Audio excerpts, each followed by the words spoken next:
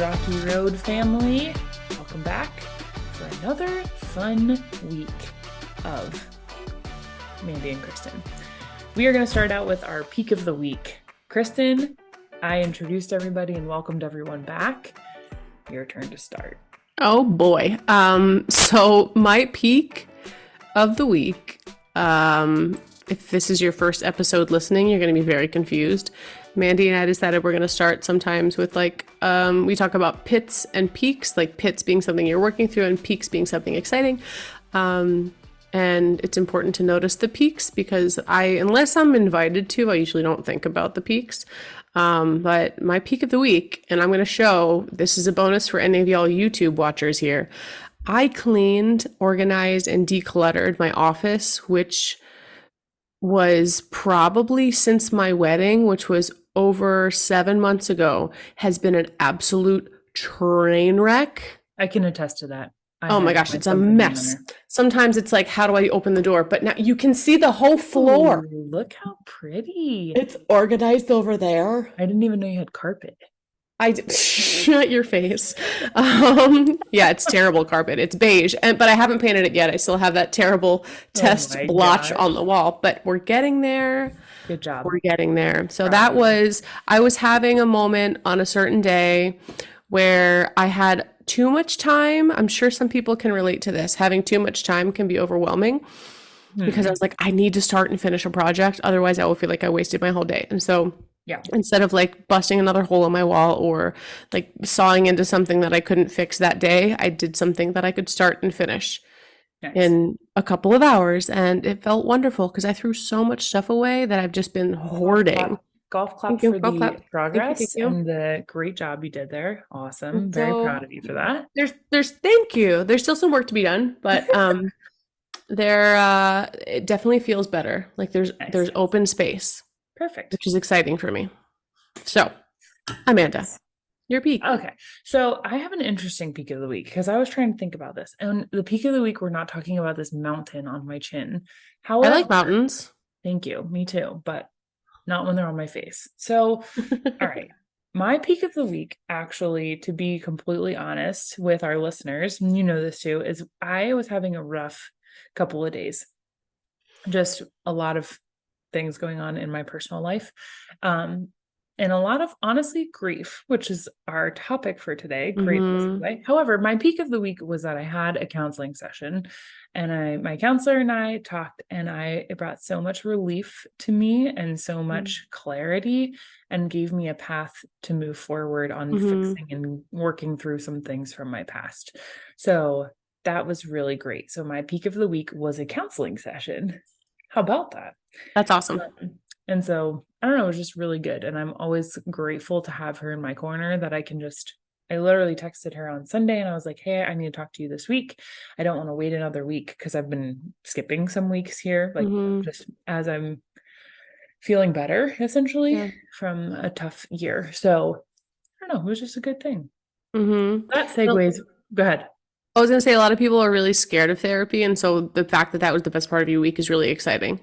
And I think it's something that people might not necessarily think of, the therapy being a positive, exciting time. Some people think like, oh, I'm just going to go and talk about all this crap that's happening in my life. No, you can leave feeling really hopeful.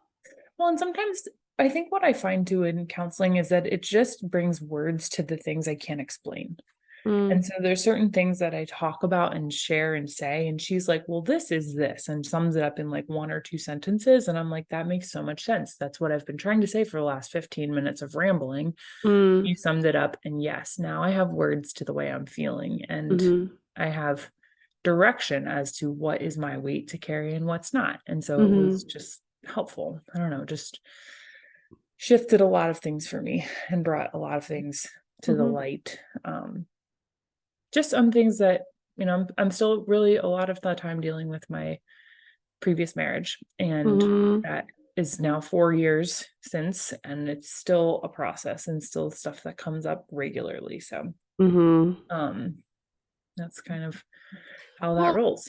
It segues really nicely into what we're talking about today too, because We talk about, our last episode was with Lee, who talked about Mhm. grief and the stages of grief and kind of her process in addressing it. And even though something for you, that like the start of your grief process for your marriage might have started 4 years ago and it might never end. And that's why they call it a grief cycle. And Yeah. so that's what we're going to kind of dive into today is the grief cycle. And I think if there's one thing, if you walk away with nothing else but this idea, I want everybody to wrap their head around grief doesn't always mean human death Right. Yeah. or animal death or something close to you physically died. Hmm. Grief can be so many different things. It's a loss. It can be expectations. Hmm. You can grieve a life that you had hoped to have. Yeah. That's still grief. I'm dealing with grief this week as well. Nothing about my life has actually changed Hmm. at all. Or died. What exactly? So nothing about my life has changed, but there's an aspect of my life that I'm grieving. Hmm. And it's an interesting thing to wrap your head around, where I think a lot of people say grief and loss, Yeah. but it can be the loss of so many different, even abstract things, even Hmm. things that don't even exist. Yeah. So, So I will say, just for our listeners, we have started grouping our episodes into certain categories. So we've left now this church series talking to the missionary Paul Granger. We talked to Eric of the Christian Podcast Association, and we're kind of moving into this phase of grief and just talking with Lee, who works in hospice. We have another really exciting guest next week, Marky, who lost her daughter, but it's just the chunk that we're kind of in right now. So to keep it more lighthearted, we want to do things like the peak of the week and good things because we actually are fun people and we are very funny people, but we do carry weight a lot with us from our past things that we've been through, which you can listen to our stories in the first couple episodes mhm, of the podcast. So we just wanted to kind of talk about grief because, like you're saying, it's not something that is always involving death, but it is something that everybody experiences. mhm, Like there's nobody that can get out of this world not experiencing grief to some degree, whatever that may be. mhm, So we all face it, but most people don't have the tools to work through it. So mhm, they suppress it, ignore it, or don't know what to do with their feelings, which mhm, causes a lot of relationship strains, which causes a lot of just brokenhearted people, causes a lot of mhm. resentment, some anger, um, many different things, Yeah. sadness, depression, all of that. As you process through your grief and work through it, as we'll talk about this, where you then accept it and it's part of your life. But when something happens and it alters your life, whatever that life change may be, and it changes your life and you grieve it, um, you have to just reconstruct a new normal. So Mm, whether that's a job loss or a relationship loss or a death of a loved one or an expectation that you had maybe of your life or yourself or your family or your husband or your child, all of these things that change and our minds are constantly adapting takes mhm, time to reconstruct what is your new normal. mhm. So for And me, it's not always as in-depth and complex. Sometimes it can just be wrapping your head around mhm, that scenario, and you can go through any or all of these stages mhm, within a period of an hour or two if you really start thinking about things. sure. Or even as Lee was saying, shock can last months and years. You can still Yeah. be in shock Yeah. after a long period of time. And so it's not linear by any means. There's not a timetable that people Mhm, stick to because we're all very different humans. And more importantly, is that you can have the same scenario happen, or at least a very similar scenario happen at a different point in your life, and your grief mhm. process is going to be drastically different, Yeah, or it absolutely. might be similar, Yeah. or it could be anything because everything depends on the context. It depends on how you are. It depends on the relationships involved. It depends on what your life looks like at that point. And so I Yeah. see grief as kind of like an ocean where it ebbs and flows, and there are certain days where the waves are a little bit heavier, and there are certain days when it's beautiful and sunny and you can hear the seagulls. And it can be unexpected and unpredictable, just like the ocean is, For sure. where it's a beautiful thing, but it's also a very powerful thing. And so to respect the process is one of the most important things that you can do. Yeah, I would agree. And grief is a very heavy word, but I always think, like, just like you said, it could be something that you experience in the day. Let's say you're going to a friend's house you haven't seen in a while and you're super excited to get there. And on the way there, you have a car problem, a flat tire, transmission, something, whatever happens, and you never get there. You're going to experience a little wave of grief, whatever that Mm-hmm. is, of the process. It might be quick and you may skip a few stages, but in that Mm-hmm. moment, you're experiencing that loss or that change of plans. Or it could be something as magnified as losing a child or something, Mm-hmm. something that's huge that really does rock your world in a way. So let's start talking about the stages of grief, because I think a Mm-hmm. lot of people really don't even know that they exist. And I know for me, when I worked in hospice and I learned about the stages of grief, a lot of it made sense for me in certain ways. You can grieve your childhood. You can grieve leaving high school, leaving Mm-hmm. college, getting a job, Oh, every becoming an adult. transition ever. Every Every transition transition. involves this. Mm-hmm. And not that we need to analyze it and focus on it on every single thing that happens, but to be Mm-hmm. aware of it and to know when you act a certain way or you say things a certain way and you're like, that wasn't really like me, that it Mm-hmm. could be related. So the first stage Mm-hmm. of grief is Well, hold on. Let's denial. let's pause for a second here because there are a couple different schools of thought with the different stages that there are. Okay. The Yeah. Yeah. one we are going to focus on is one of the most commonly used clinically, especially in hospice and end of life care and with bereavement. It's called the Kübler-Ross grief cycle. There's 5 stages. There are some, and especially in different countries, there are different models used. Yeah. Um, Grief and looks different culturally. What's expected. Absolutely. Yes, absolutely. That's a whole other podcast So, we could do. oh my gosh, that could be, I would love to talk to I just got really excited about the possibility of talking to someone in a different culture about, because there are specific cultures where, like, if you cry at a funeral or whatever service, it is seen as disrespectful. And Yes. it's like, But there's oh my also other gosh. cultures where you're expected to wail Yeah. at a Or service, dance. or they And hire professional yeah. wailers. Mm-hmm. Yeah. So anyway, cultural aside, because that would be really, really spectacular just to be able to dig into that a little bit. But the one we are focusing on today, and for the purpose of this conversation, is again the Kübler-Ross. It's we'll link a couple of resources so you can read more about it. And in those, there are 5 different stages, and Mandy is going to continue talking about stage 1. Okay, so we had the 5 stages, just to say them in order so we know. We have denial, anger, bargaining, depression, acceptance. They are not linear, so they can be cyclical. So it comes back and you can weave in and out of different phases. Not everybody experiences every single phase. So, and maybe it's different each time. Again, situational, very situational. So the first stage is denial. So this is where it's used as like a defense mechanism. So it's something that a lot of people will just say, like, oh, they didn't actually pass away, using this for example. Like, they didn't die, they're going to come back, or they're going to walk around the corner.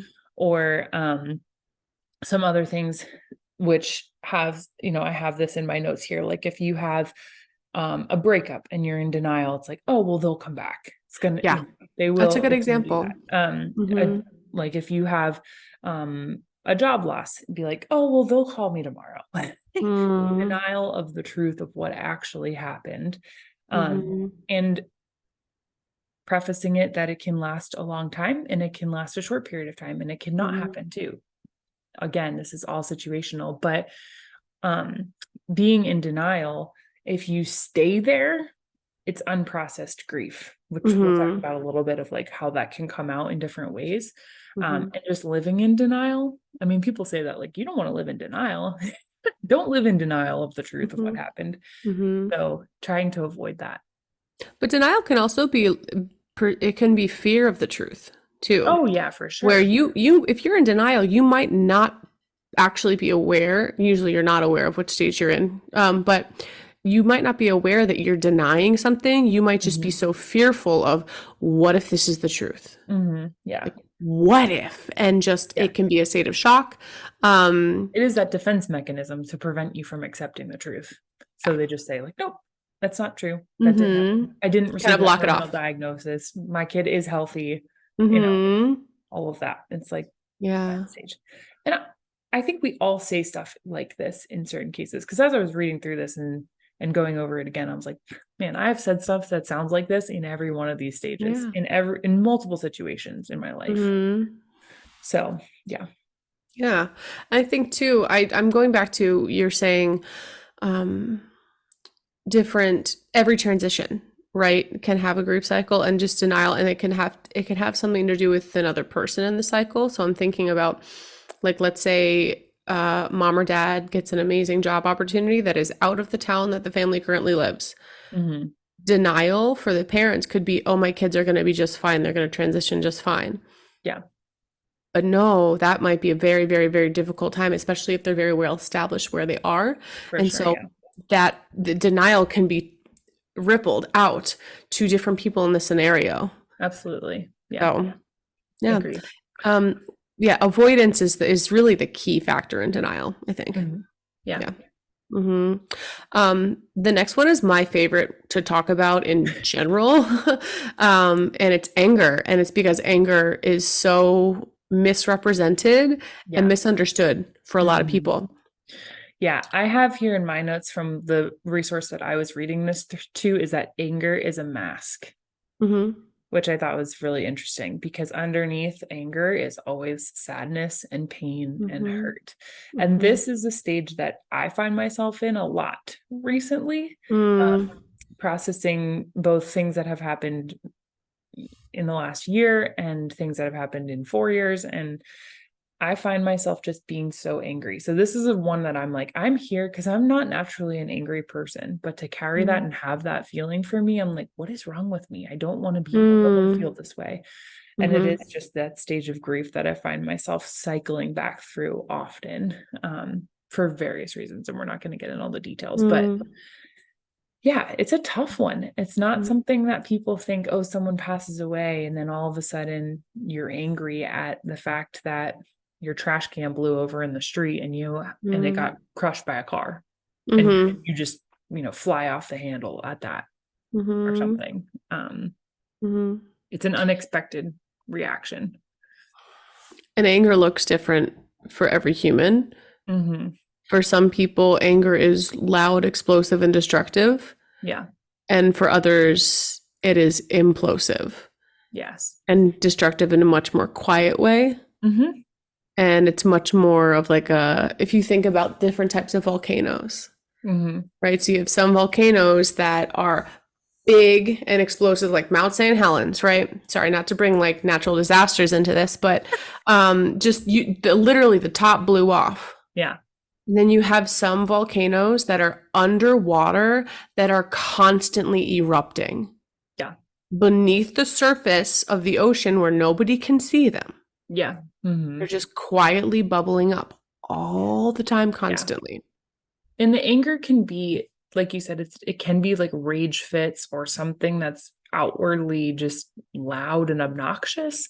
Um, Mm, and I would say, again, I don't have evidence, but I would say that is more common in men. And I would say mm, not uncommon in females, but the side of anger for females can be resentment and mhm, bitterness. mhm, And it's like that crass, rough edge of a person that's like just angry or frustrated or very irritable, which we talked about with mhm, Leah as well. Like having that irritability where if you trip and fall and the glass you were holding with water breaks and shatters, you just fly off the handle and you're just mhm, like, why is this happening to me? And why am I going through this? And that glass shouldn't have broken. And maybe mhm, swear words like, not that this is personal experience or something, but I don't think that specific scenario has happened to me, but I can mhm, relate to that where I'm like, why am I mhm. getting so mad about something so simple? Oh, I've spilled things. Like if I'm doing something in the kitchen, I'll spill something and just be like, "Ah!" Like it's fine, clean it up.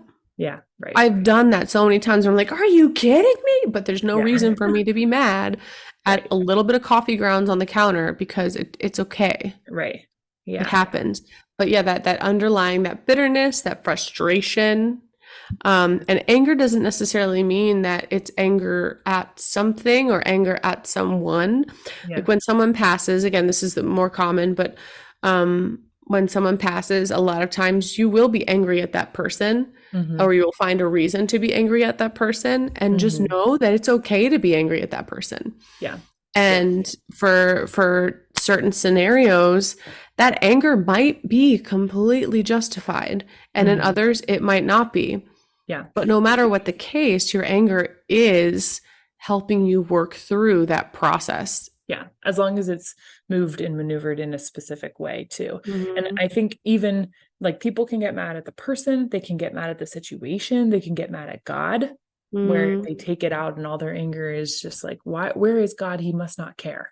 Yeah, And that's then why we so just many get people angry. leave. They're like, why would he let this happen? Oh yeah, for sure. And but I think the anger, people can stay there. And that's an Mm. easy place to stay in this process of grief. Like Mhm. it's just one of those phases where you can get stuck there and hold on to that anger for a very long time. And if you don't work Mm. through it and process through why you're so angry, because like I said in the beginning of the anger, it was that sadness and pain are underneath it. So the sadness Mm. and that pain of the loss or the job change or the gossip or the name it, then Mhm. if you don't work through it, and that's not the same for everybody, that's a different Mhm. process.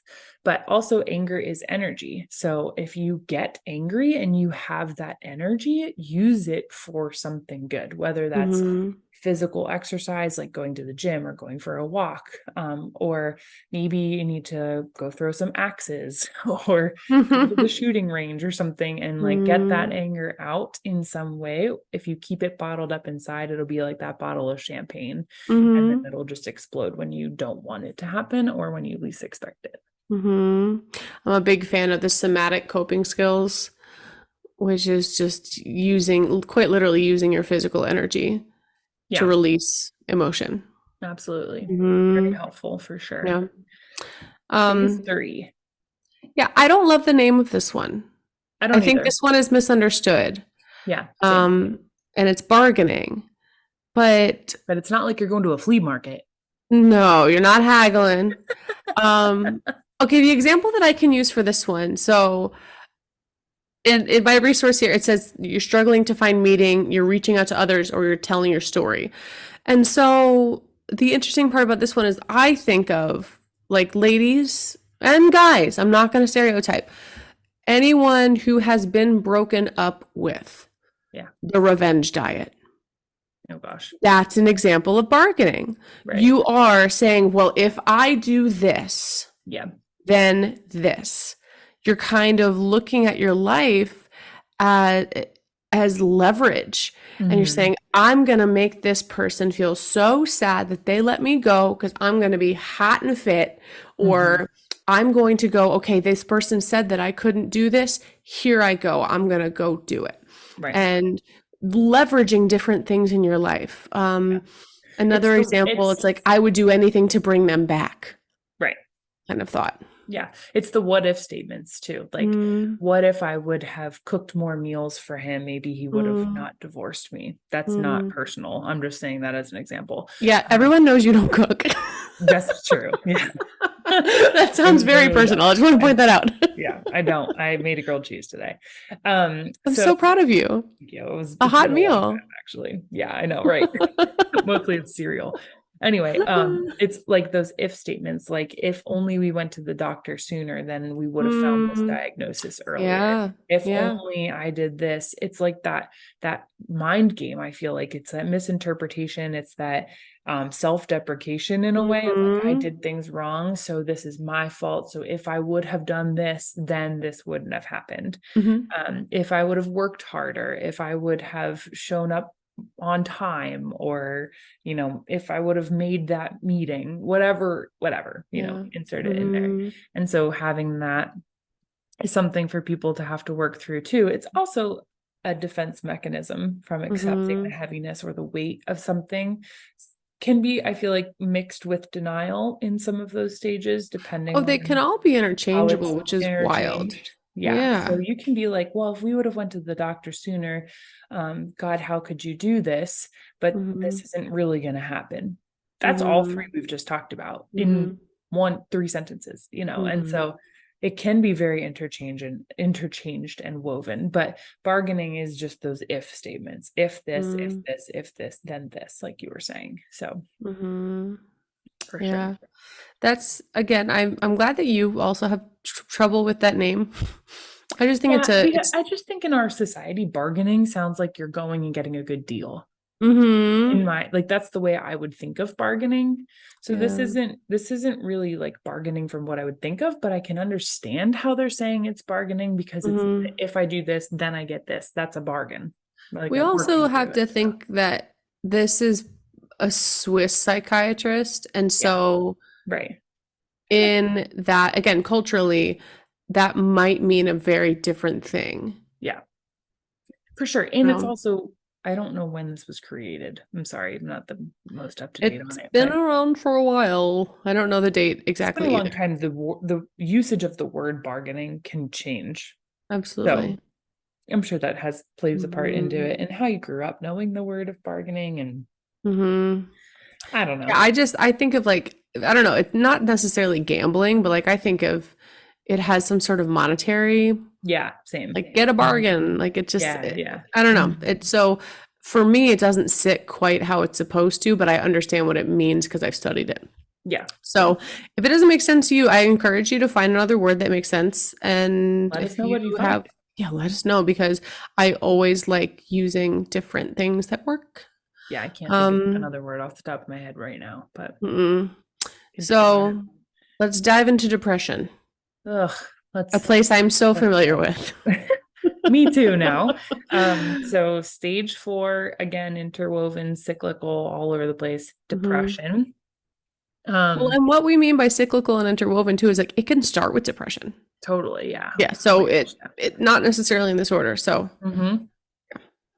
Yeah, I mean, again, in my notes, the things that I have, depression can be a very quiet, isolated stage of mm, grief. mhm, Depending on how it happens and what the situation is specifically, it could be just moments where you're by yourself, you isolate, you pull away. mm, Where mhm, something that's like denial, anger, bargaining, they're more active mhm, grief elements. You're doing something with your grief. mhm. Depression can just be that sitting, Yeah, quiet stage where you're just there, helpless. helpless for sure. Yeah. Mhm, And that's where a lot of the really heavy emotions can hit mhm, you in that mhm, stage, leading to depression, obviously, or diagnosable depression too. mhm, So, yeah, it's messy though. It's overwhelming. It could be, depression can mask itself in ways where it's like a brain fog or a mm, heaviness, density, confusion, um, just kind of where you expect yourself to be after a loss in mhm. that place. But if you're not there too, that's okay. Like people, I think sometimes people guilt themselves into depression Mhm. because I'm supposed to be sad, I'm supposed to be crying, I'm supposed to be this, I'm supposed to Yeah, be that. You might still be in shock. yeah, If you're still in shock, you're not going to be in this deep depressive pit.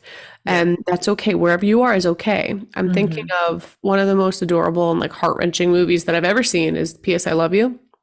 Yeah. And so I'm not spoiling any of it, but the beginning of it starts where she is in a deep, dark pit of depression where her apartment is a pigsty. She has not showered. She is not taking physical care of herself.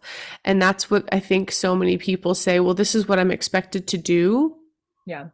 after I lose my husband, child, Yeah. job, after after something so very, my parent, after Mhm. a parent passes, Yeah. there's people who I think say, I'm expected to be sad, Yeah. so I'm going to be sad. But in some ways, I go back to that story that Lee told about a woman whose Mhm. 16-year-old daughter Mhm. really outlived her life expectancy, and she just found herself laughing and joyous because she had so much time with that daughter that she didn't think she was going to have, Yeah. and she was so excited about it. Yeah, let's put a little stop here in the depression. We can talk about that, but there are Yeah. those emotions as you're talking about this that are so unexpected that do happen in grief, like Yeah. happiness, joy, Mm-hmm. relief, um, anything that's like a closure, something that's really Mm-hmm. good that maybe you needed. Like Yeah. maybe you had maybe mom had dementia for 20 years and Mm-hmm. she finally is at peace, and that's like a good thing. It's like a relief. And Mm-hmm. then as a caregiver you have some free time maybe, and whatever. There can be so And many emotions not that you that do constant experience. worry. Right. Or Yeah. like finding somebody to watch a loved one while you go on vacation, or a dying pet, or let's say, Mm. the a job or a big move changes, and it's just Mm-hmm. like you're anticipating that your job is moving you across the country and it's going to be miserable, but you get there and you love it and you're like, well, Mm. I shouldn't feel this way. I mean, Yeah. maybe you should, I don't know, but again, situationally. And so I think that's kind of those, to tangent off of the depression. Depression is a real stage of grief, but there are Mm-hmm. other emotions that you could experience Mm-hmm. in conjunction or at different times than the Yeah. depression, or you Mm-hmm. could skip it. None of these stages of grief anybody is required to go through. Mm-hmm. You can just kind of get through a depression. There's also a difference. So, yeah, so you have these extra emotions. We'll kind of close that door. There's also depression that is clinical and diagnosed and medicated. And then there's also a depression that is just a season or a time Mm-hmm. or an expectation. You lose a loved one, something happens, you have a job change, you break up with your Mm-hmm. boyfriend, you get, you break your arm, something like that. That's like changing your here and now. But in 3 months, when your arm is healed and you're back to normal, when you move on and you find the love of your life past a breakup, like those Mm-hmm. stages, that depression is going to phase out and Yeah. change. um but there are clinical depression that do Mm-hmm. need medication, do need counseling, and do need therapy, and don't be afraid of that either. Mm-hmm. What are your Another plug thoughts? for counseling. Yes, I know. I um should just put an ad in here for counseling or something. Make some money off of it. Oh my goodness.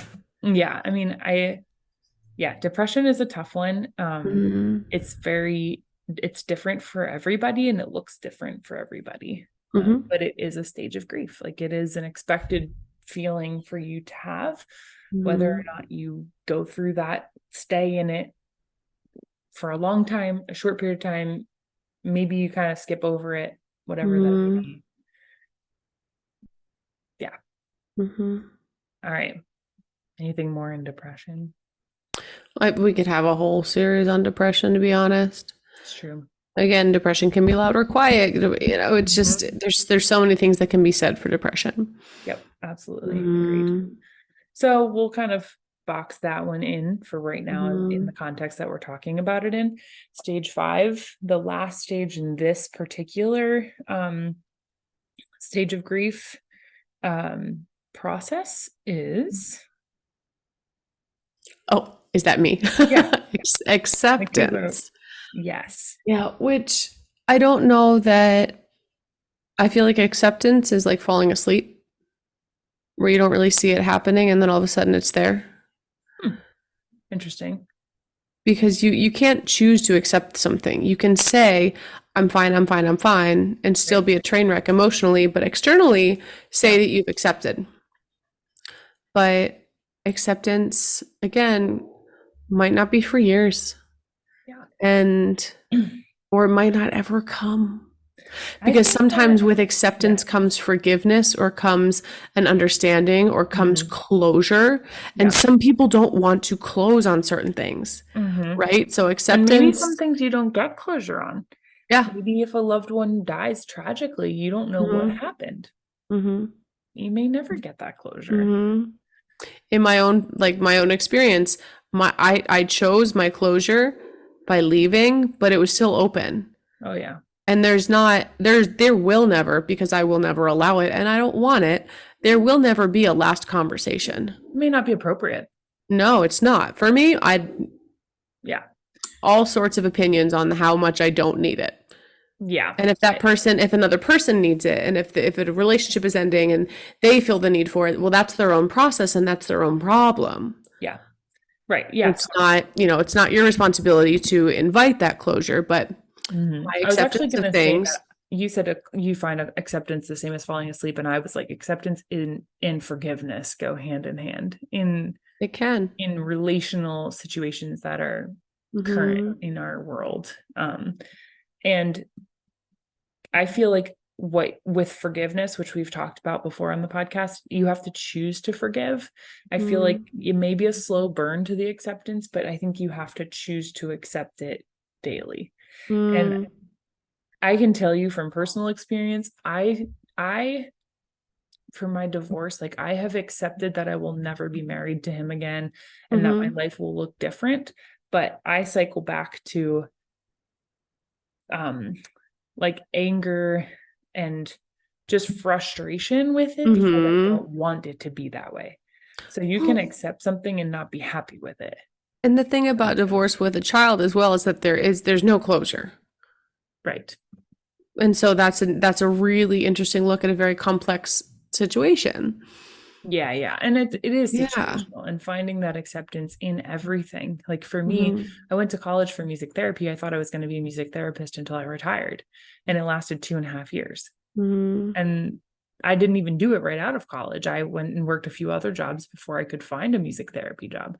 And then I did the music therapy job and I was like, oh, I love this. I'm going to be in this forever. And then I felt a super strong halt that God kind of was like, you're done here. We're going to move on and go somewhere else.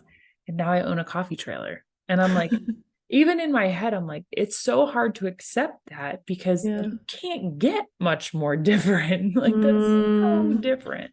And that sometimes is like, I often will sit down and I'll be like, how is this my life? Like, how did my life turn out the way that it did? And trying to accept it continuously, choosing to accept it. Like you would choose to forgive somebody, you would choose to accept. That's hard, really hard. So yeah, I don't know. It just like the cycle, like the conversation is complicated. Absolutely. There's really we don't, you guys know us by now. We don't plan things. We don't plan our conversations. We're just kind of rolling with it. And I'm like, there's no like pin to put in this because it's so complex and it's so complicated. And so I think what I want to wrap up with is just some guidance on what the best practice is. And if you didn't see this one coming, then you haven't been listening for very long. But the best way to process grief is with someone else, ideally a professional, because with grief comes a lot of complex emotions, and having an unbiased person in the situation or outside of the situation is so incredibly beneficial, because you're not going to process through your parents dying with your siblings, because you're both you're enduring your grief cycles. That wasn't a sentence. You are both enduring your own grief cycles simultaneously. Absolutely. And everybody will grieve differently. And that's, I think, one of the biggest things for me when I worked in hospice and you would see a family, every person, depending on their relationship with the person dying, grieved differently. Well, if it's somebody that you're not really close to, but you accept like that. It's not that hard, really, in a way. That's very sad, but okay. Yeah, totally. And then it's like, you move on and you think about them, remember them, whatever it may be. If you're talking about somebody who you were a caregiver for 35 years and they lived in an in-law suite right next to you and now they're gone, that is going to look very different. And it is true. Like, I think that's one of the things with grief that we talked about this with Lee, which I thought was really helpful, is if you prepare yourself when things are good, then you're less out of control, or like less confused in a way when things are hard, because you will prepare yourself for something that, okay, these are my stages of grief. So somebody passes away, something happens with my job, something happens with my kid. Okay, I'm in denial. Yep. Okay, I remember reading about that. Okay, now I feel like I have a lot of anger. Okay, that is different. And your anger may change over time. And then, okay, I feel like now I'm accepting it. I'm good. I'm really going to accept it. 5 years down the line, you go into a deep depression and you're like, why am I here? And that can be all parts of the same process, whatever that may be. So, when you're 5 years down the line, you hear Kristin and Mandy saying, "Go get a counselor." Yeah, therapy is good. Therapy saves lives. I honestly don't know where I would be without a counselor. Like I feel like they are just God's gift to people. And if you can humbly accept and listen and work towards and try your best and take their advice and listen when they critique you too, and be humble and open to that, they can change your life and save your life in many ways. Maybe not from like a saved life from death, but maybe it's a saved life from living in a stage of grief that's unprocessed or something like that. So yeah, I would wrap up. My thing would be that everybody will experience grief if you haven't already, and it will happen. I feel like I know that it's different of the different relationships. You're going to process a child to an adult differently. You're going to process a job loss to a grandparent loss differently. You're going to process a miscarriage differently than a what do they call them? Denial to college. Whatever. I'm like thinking like I'm in the acceptance letter the other way, like rejection letter. There you go. Rejection Letter. Like everything is different and situational, and every person is different and situational. That's why God created us all different. And this is just kind of one of those categories that can help you put things into perspective, so that if you are struggling through grief and you are lashing out at your spouse or your grandparent or your mom and you don't know why, this could be why. Could be a part of it. And maybe you have those feelings of happiness and you're like, I shouldn't be relieved. Somebody died. But you do. And it's okay to have those different emotions and those different ebbs and flows. And we just want to educate you and educate each other and just put these things in our toolbox so that we have them when we go through something, or when we want to listen to somebody going through something, or we want to share with somebody, or we want to apologize because we did something that we didn't think we were going to do, or we said something we didn't mean. And it was, this triggered me, or this part, I'm struggling with this right now. I'm sorry I said that to you. And that all, as we work on our emotional health and our figuring out what to do with our emotions, this will make us better people, and better people to have relationships with others, and better listeners, better sympathizers. I almost said synthesizers. People that just better humans. Better humans. I agree. I think you're a pretty great human. Oh, I have my moments for sure. Yeah, we all do. That's what being human is all about. Any last minute thoughts? Just love each other, because someone might be quietly grieving. Like just because you don't see a big public display of something. Like, I've been told that I'm an oversharer. I don't share the nitty gritty, but I do share a lot of things. But if I'm not overly sharing something, it doesn't mean that I'm not going through something. The same thing for the person. Important.